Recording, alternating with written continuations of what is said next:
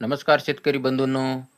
Social मीडियावर दररोजच पीक विम्यासंदर्भात अशा चुकीच्या बातम्या म्हणजे सोशल मीडियावर पसरल्या जात आहेत, की पीक विमा आज मिळणार, उद्या मिळणार, आज सकाळी 10 वाजता मिळणार, उद्या 11 वाजता मिळणार, 2 वाजता मिळणार. पण मी शेतकऱ्यांना एक सांगू इच्छितो, की पीक विम्यासंदर्भात अद्याप कुठलीही माहिती किंवा अपडेट समोर आलेलं नाही.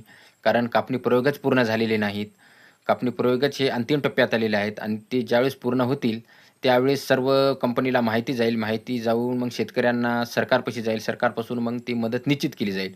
तरी ही संपूर्ण माहिती आणि मदत मिळण्यासाठी तुम्हाला जानेवारी महिन्याच्या शेवटपर्यंत पीक विमा मिळेल अशी अपेक्षा दिसत आहे.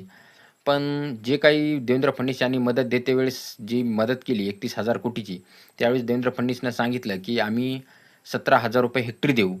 पण विमा आम्ही काढते वेळेस आमच्या सोयाबीनच्या विमा संरक्षणाला काही जिल्ह्यामध्ये 54,000, 56,000, 58,000 असं विमा संरक्षण आहे आणि आमचं 80 ते 90% नुकसान होऊन पण आम्हाला 17,000 मदत ही कशी मुख्यमंत्री साहेब देऊ शकतात? कसं निश्चित करू शकतात?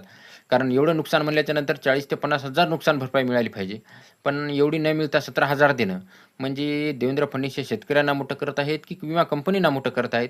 आता हे एक विचार करणारी गोष्ट आहे आणि शेतकऱ्यांना न्याय मिळाला पाहिजे आणि मदत जास्तीत जास्त मिळाली पाहिजे. कारण 17,000 म्हणजे हे तुटपुंजी मदत आहे. हे शेतकऱ्यांना न्याय नाही आणि शेतकऱ्यांना योग्य न्याय मिळाला पाहिजे. 40,000 ते 50,000 शेतकऱ्यांना विमा सुरक्षित मिळालाच पाहिजे. यासाठी शेतकरी बंधूंनी बी आणि शेतकऱ्यांनी यासाठी पुढाकार घेतला पाहिजे, आंदोलन केलं पाहिजे. त्यावेळेसच शेतकऱ्यांना न्याय भेटेल. तरी शेतकरी बंधूंनो, जर कोणी नवीन असेल तर आमच्या चॅनलला एक लाईक आणि सबस्क्राईब करा. ज्यामुळे आम्ही तुम्हाला नवीन अशी जी माहिती आहे ते देत